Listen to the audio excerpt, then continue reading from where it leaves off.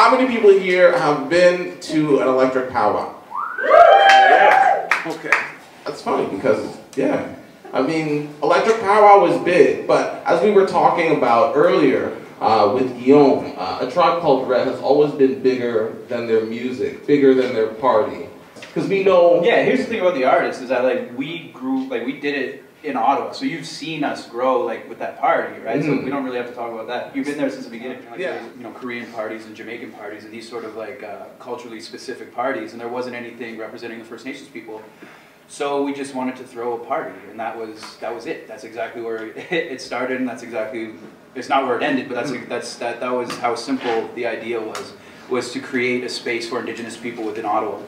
And that became a huge political statement, apparently. And from that, we kind of just started making music in order to reflect the crowd that were coming to our parties. And all we really did was flyer at the Native centers, like the Native youth centers at the school. So Algonquin, Carleton, and Ottawa U.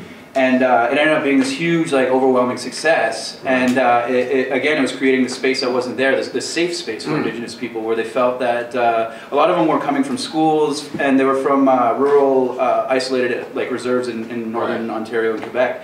So they felt really isolated coming to a city and not knowing anybody or seeing anybody that looked like them.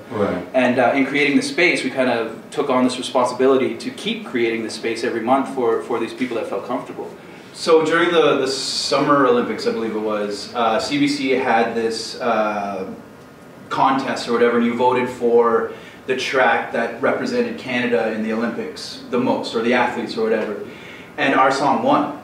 And the fact that like Canada was using an all-Indigenous song to represent its athletes was a huge statement to me.